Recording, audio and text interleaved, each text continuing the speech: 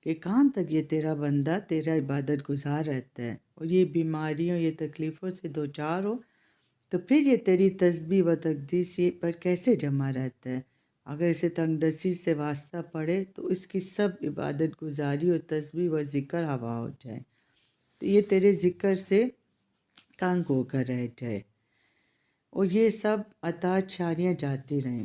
اللہ تعالیٰ نے شیطان سے فرمایا، میرا بندہ ایوب واقعی میں مخلص مومن ہے، وہ خلوص سے میری عبادت کرتا ہے، وہ مال کے ہاتھ سے نکل جانے کے خوف سے یہ عبادت نہیں کرتا اور یہ میرا حق جان کر میری عبادت کرتا ہے اور میری محبت میں میرا ذکر کرتا ہے، اسے اس میں دنیاوی طمع حائل نہیں ہے۔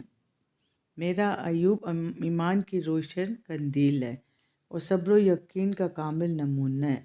اگر تو حقیقت جاننا چاہتا ہے تو جاؤ، میں تمہیں اس کے مال و دولت پر تمہیں پورا اختیار دیتا ہوں، تو جو چاہے اس کے مال میں تصرف کرے اور اس کے خدمتکاروں، غلاموں اور مال مویشیوں اور زمینوں پر تمہیں پورا اختیار دیتا ہوں۔ جو سلوک چاہے اس کی دنیا کے ساتھ کرے اور اپنے سارے شیطانی لاؤ لشکر کو اس کام کے لیے اپنے ساتھ ملا لے۔ تمہیں کھلی چھٹی ہے، جو تم اس بندہ خدا کے ساتھ سلوک کرنا چاہتے ہو کر لو، دنیا میں جو دکھ تم اسے پہنچانا چاہو پہنچا لو، اس کی انتہا بھی دیکھ لو، میرے ایوب کی ثابت قدمی بھی ملاحظہ کر لو، تمہارے سامنے دودھ کا دودھ اور پانی کا پانی ظاہر ہو جائے گا۔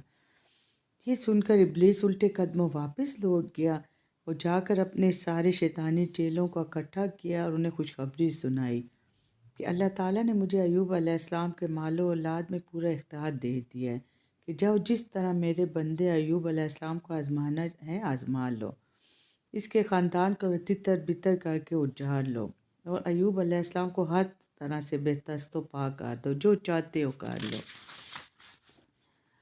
لہٰذا یہ سن کر شیطان کے لاؤ لشکر نے کمریں کس لی اور لوگ اپنے اپنے کرتوت کرنے میں مصروف ہو گئے۔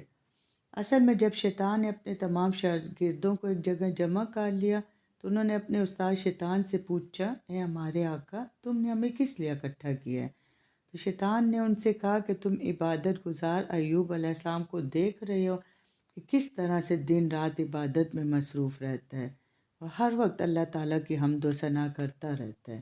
اللہ تعالیٰ نے مجھے اس پر اس کے مال و اولاد پر پورا اختیار دے دیا ہے کہ تم میرے بندے کو راہ ہدایت سے ہٹانا چاہتے ہو تو ہٹا کر دیکھ لو، اپنا سارا زور لگا لو۔ اب تم بتاؤ تم اس سلسلے میں میری کیا مدد کر سکتے ہو؟ تم لوگوں کے پاس کیا استادی کیا کارگری ہے بتاؤ۔ شیطانوں نے کہا کہ ہم تو ہر طرح سے تمہاری مدد کے لیے تیار ہیں۔ یہاں تک کہ شیطانوں کے ایک گروہ نے کہا کہ ہمارے پاس طوفانی آندھیوں کی طاقت ہے، ہم آندھی کی طاقت سے بہت کچھ تباہ کر سکتے ہیں۔ تو شیطان نے ان سے کہا کہ جاؤ ایوب کے مویشیوں، اونٹ گھوڑے گائے بیل بھیڑ بکریوں سب کو آندھی کے طوفان سے اڑا کر سمندر میں پھینک دو۔ انہوں نے ایسے ہی کیا۔ اس کام کے بعد شیطان نے حضرت ایوب علیہ السلام کے پاس آیا ایک چرائے کی صورت میں نا، اور ان سے کہنا لگا کہ اس وقت وہ نماز پڑھ رہے تھے، میں نے تمہارے مال مویشی آندھی سے اڑا کر سمندر میں پھینک دیے ہیں، اب تو ان کا نام و نشان تک مٹ گیا ہے۔ تو حضرت ایوب علیہ السلام نے نماز سے فارغ ہو کر فرمایا، شکر ہے اللہ کریم کا جس نے سب کچھ مجھے عطا فرمایا اور پھر بغیر مجھے کچھ تکلیف دے مجھ سے واپس لے لیا۔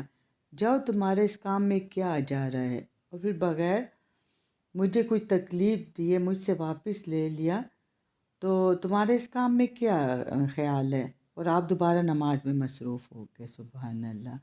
یہ سن کر شیطان بہت پریشان ہوا، خفا ہوا، جلا بھنا، سارے اس کے تو سارے ارادے خاک میں مل گئے تھے، یہاں تک کہ شیطان نے حضرت ایوب علیہ السلام کو سب کچھ تباہ کر دیا۔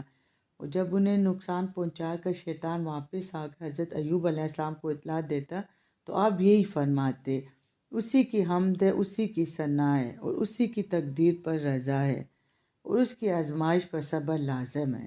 آخر میں شیطان نے ایک اور گروہ سے پوچھا کہ تمہارے پاس کیا طاقت ہے؟ انہوں نے کہا کہ ہم اگر دھاڑیں تو ہر چیز پر زلزلہ آ جائے اور پلک چھپکتے سب کچھ تباہ ہو جائے۔ تو شیطان نے کہا کہ جاؤ ایوب علیہ السلام کے تمام گھر والوں کو، ان کے اہل و عیال سب کو اور گھروں کو بھی نہیں، ان کے گھروں کو بھی اور بیچ میں رہنے والوں کو بھی تباہ کر دو۔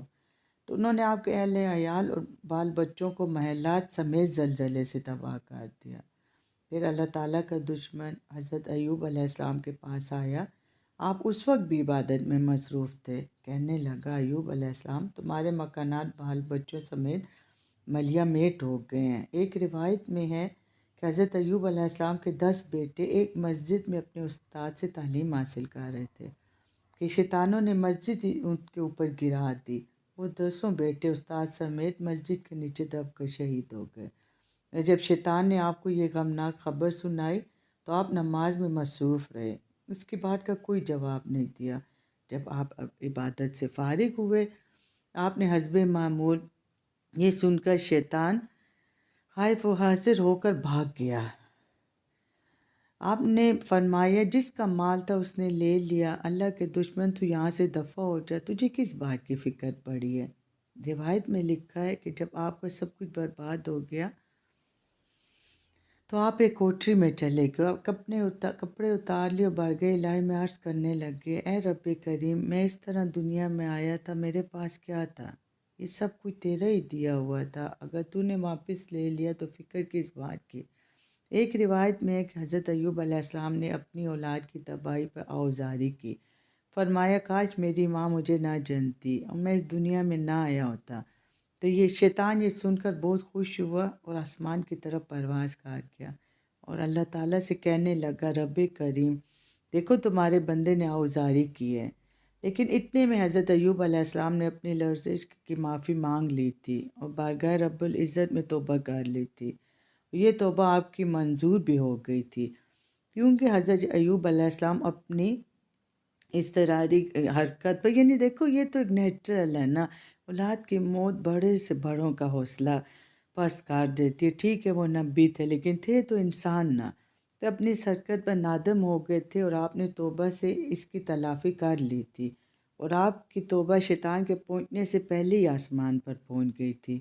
لہٰذا اللہ تعالیٰ نے ابلیس سے فرمایا، میرے بندے نے تو کب کی توبہ کر لی ہے اور تیرے یہاں پہنچنے سے پہلے ان کی توبہ قبول ہو گئی ہے، اب تو کیا لینے آئے؟ جا میری نظروں سے دور ہو جا۔ اور یہ سن کر شیطان اپنا سموں لے کر رہ گیا۔ ایک روایت میں ہے کہ ان تمام مصیبتوں پر ثابت قدمی کے بعد حضرت ایوب علیہ السلام کے بارے میں اللہ تعالیٰ نے شیطان سے فرمایا کہ اب بتاؤ تم نے ایوب علیہ السلام کا کیا بگاڑ لیا؟ تو دشمن دین کہنے لگا کہ ایوب علیہ السلام کو معلوم ہے کہ مجھے یہ سب کچھ مل جائے گا جو ہاتھ سے نکل گیا ہے، اب وہ آوزاری نہیں کرتا کہ اس کا نفس جو سلامت ہے، اگر اس کی روح کو تکلیف پہنچے گی تو میں دیکھوں گا وہ کیسے صبر کرتا ہے۔ تم اس کے جسم پر مجھے دسترس دیکھ کر تو دیکھ لو، ایوب علیہ السلام کیسے صبر کرتے ہیں۔ تو اللہ تعالیٰ نے فرمایا، جاؤ، میں نے ایوب علیہ السلام کے جسم پر بھی تمہیں پورا اختیار دے دیا ہے، اس کے ساتھ جو سلوک کرنا چاہو کر لو۔ ویڈیو تھوڑی لمبی ہو جائے گی تو پھر اس کا دوسرا حصہ میں آپ کو، یہ تھوڑا لمبا ہے نا حضرت ایوب علیہ السلام کا یہ جو قصہ ہے، تو میں پھر آپ کو دوسرے حصے میں باقی بتاتی ہوں۔ ٹھیک ہے، دعاؤں میں یاد رکھیں۔ اللہ حافظ۔